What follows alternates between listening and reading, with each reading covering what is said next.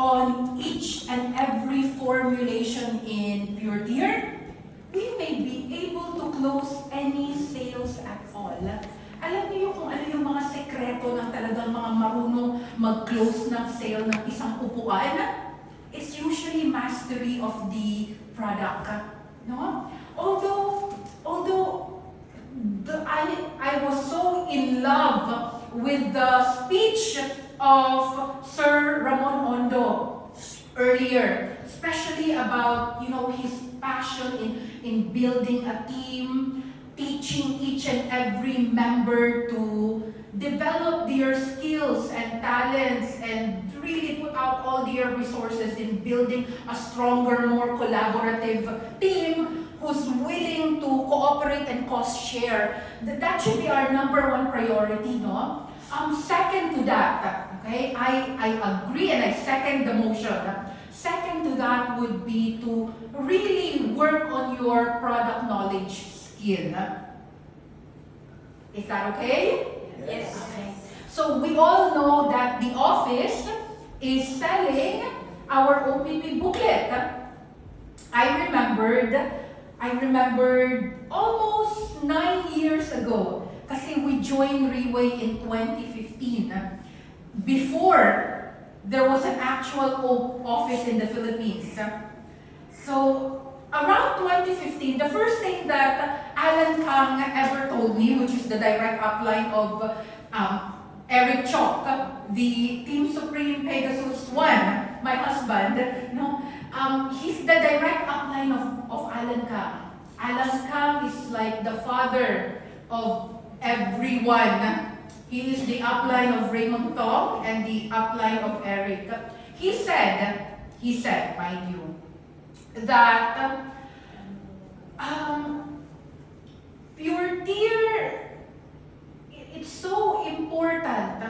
It's so important to buy a booklet, not PowerPoint files, not laptop, not tablet, not cell phone, not electronic gadgets. Why? Because if your objective is to duplicate, yung talagang matututo ang lahat na kahit papaano marunong mag-explain kung ano ang Pure Deer, huwag kang mag-i-expect na lahat sila electronically savvy. Tama? And so, Alan Kang would always tell me, buy OPP booklets. Buy that 16-page booklet. How much is it? 75 pesos? No? Is it? 40 lang? Oh, yun, 40. 40 pesos. Invest on that. Because if you are new and chances are medyo overwhelmed ka, chances are you might be a little bit intimidated with explaining something as technical as the OPP you've heard earlier. Tama? Medyo na parang kaya ko ba to? Kaya ko bang tumayo? Kaya ko bang mag-product? So the first thing you have to invest on is that booklet. So inside that booklet, the thing that I want you to, yes, can I see that? Can I show that to everybody? Kita pa Hiram? Yan. This is what I mean. Okay? This is what I mean. So this is sold in the counter. Okay? So ito yung talagang paglalaanan nyo na resources nyo whenever you want to duplicate the product presentation. I know this is closing, pero I would like to do a different approach. Kasi what we want is to have more leaders come October. Alam niyo ba kung ano mangyayari sa October 4? Yes. It's the recognition night in Bangkok. And if it's October, that means may oras pa tayo. Do you know how you will go up on stage? Di ba narinig nyo kanina si Sir Jade? No? Si Sir Jade kanina, how he was so amazed with the recognition in World Trade Center. You know that you can be part of it. You know that you are an inch closer to to getting your first trophy and walking up on stage and being cheered on by thousands of people. And it may very well happen in September, August, July. Maybe July is a bit late. Okay? Pero kami sa taas, I had a leader na commute by bus, dala-dalang isang bag, akala mo magka-camping, yun pala, alam mo kung magkano ang laman ng bag? Kalahating milyon. Tinapos namin ang encoding. Pero delikado kami sa flushing kasi si Eric ay 600 million ang ipa-flush. Sumobra lang kami ng isang diamond. So medyo nagkakagulo kami sa taas kanina, pero that was a good problem. Tama? It's a good problem, di ba? So let's go back. We have August and September. We have August and September. Tuturuan ko kayo kung paano mag-qualify for October Bangkok. In August, start tayo ng August ha. First week of August, you have to set your calendar with everyone in your team. Kung kailangan mamili, choose the weaker leg because your time is limited. Following? Yes. Okay. The weaker leg are the people who are new. Sila talaga yung nangangailangan ng tulong. Because you will always have two legs.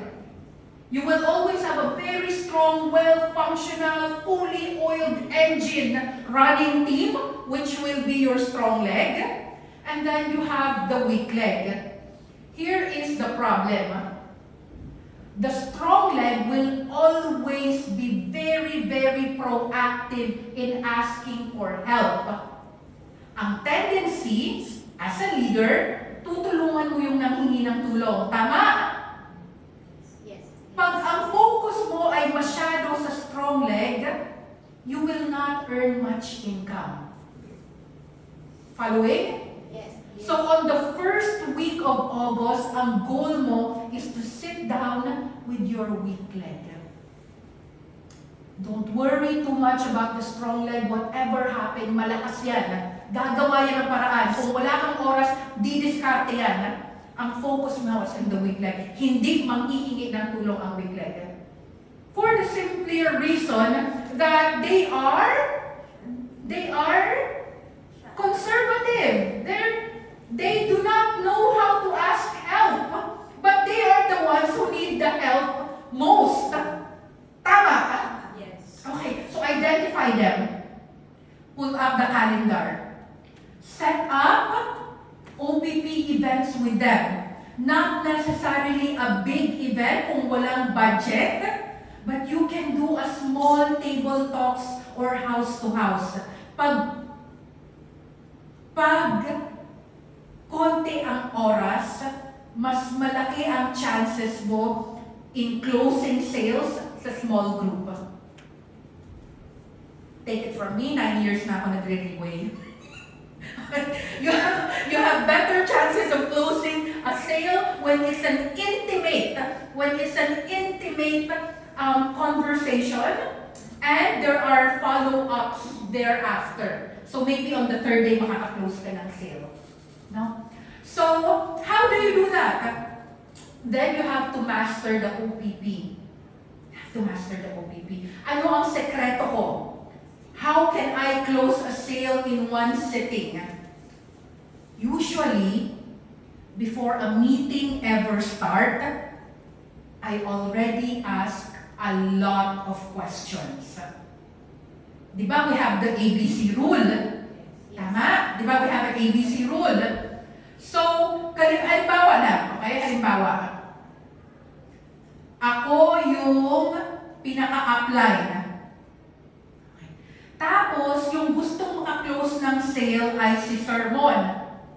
Tapos, yung kliyente ay si Sir Rod. Tama ba? James. Okay? Siya yung gusto maka-close. Siya yung client. Kita? Ako yung A, siya yung bridge, siya yung client. Ako yung person of authority. Okay? A for authority, bridge, and then client. Ngayon, as a bridge, I will really investigate kung ano ang case ng client. Ano ang gusto? Health or wealth? Or both? Pag sinabing health, then I start asking, ano yung past medical history nito? Is he taking prescription medicine? Does he have some form of healing reaction from previous supplementation? Para prepared ako in case magkati-kati yan, ma-high blood, ma-antok, mag-rashes. Kasi may mga healing reaction tayo. Just 2 minutes, I would like to explain on that. Kasi it's something that I explained kanina while I was training my team. There is a difference between side effects and healing reaction. Hindi yan magkaparehas. Ang side effects happens due to drug-to-drug interaction.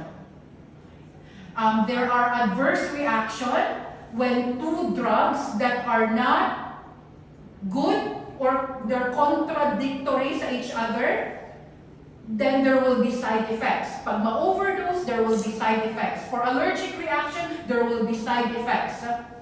Pag halimbawa may sakit, mali yung gamot na binigay, pwedeng ma-jaundice, side effect. Following? Yes. Usually, it's a reaction to a synthetic drug. Ang healing crisis, please pay attention kasi this is one of the things that you have to explain. Lagi lumalabas to during table talk. Bakit nagka-reaction ang client ko? Ang healing reaction is due to the body acclimatizing or adjusting to the effects of supplementation. Ibig sabihin, kung may pamamaga ang katawan, the act of,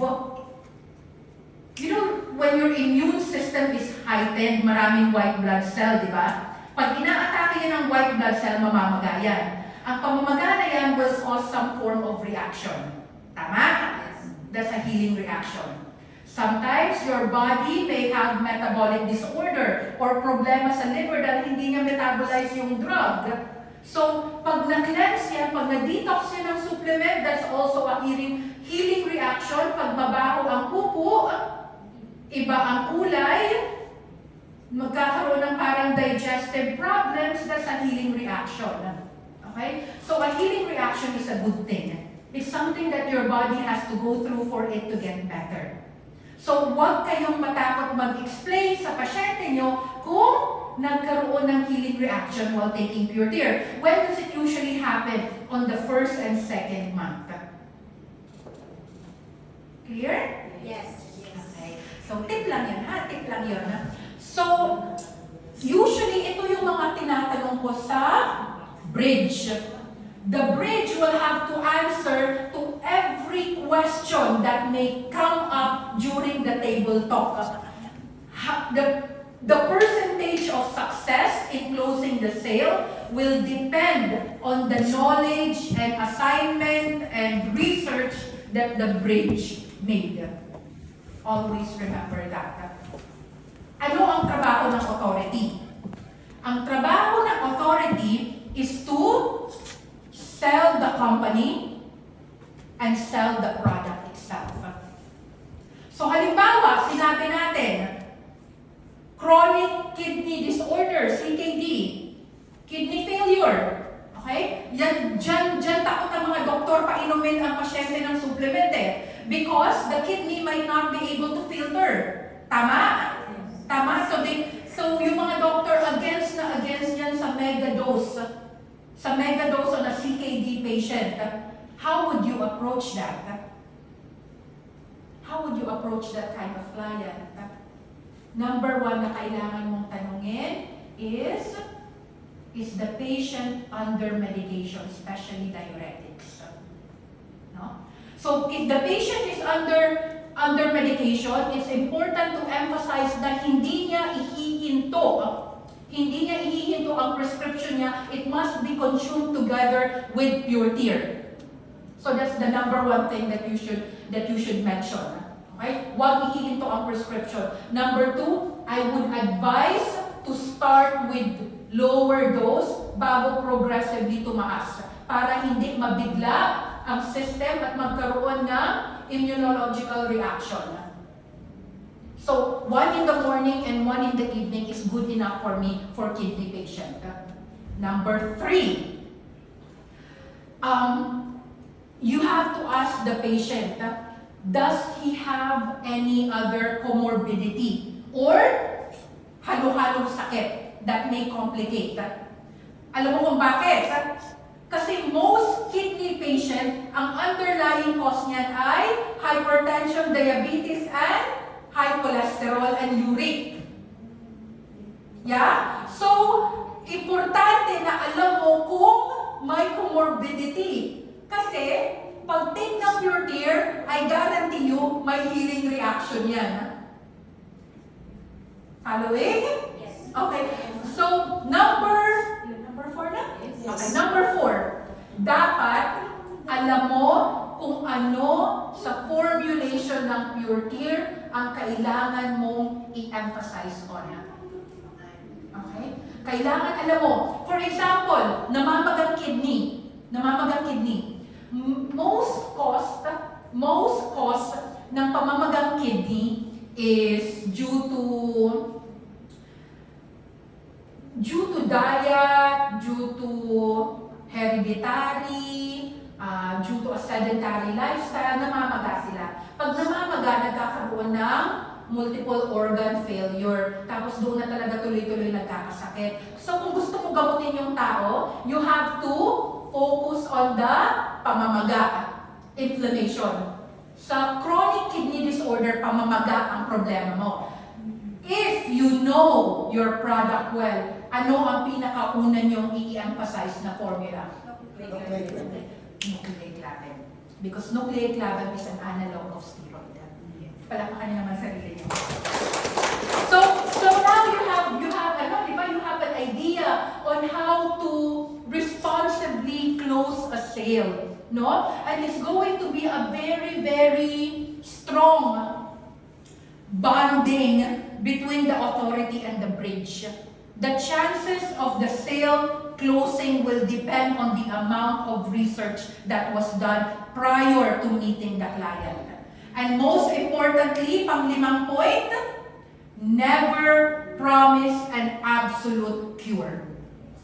You can tell the client that pure tear can alleviate, you can take down notes, pure tear can alleviate some of the signs and symptoms related to the disease.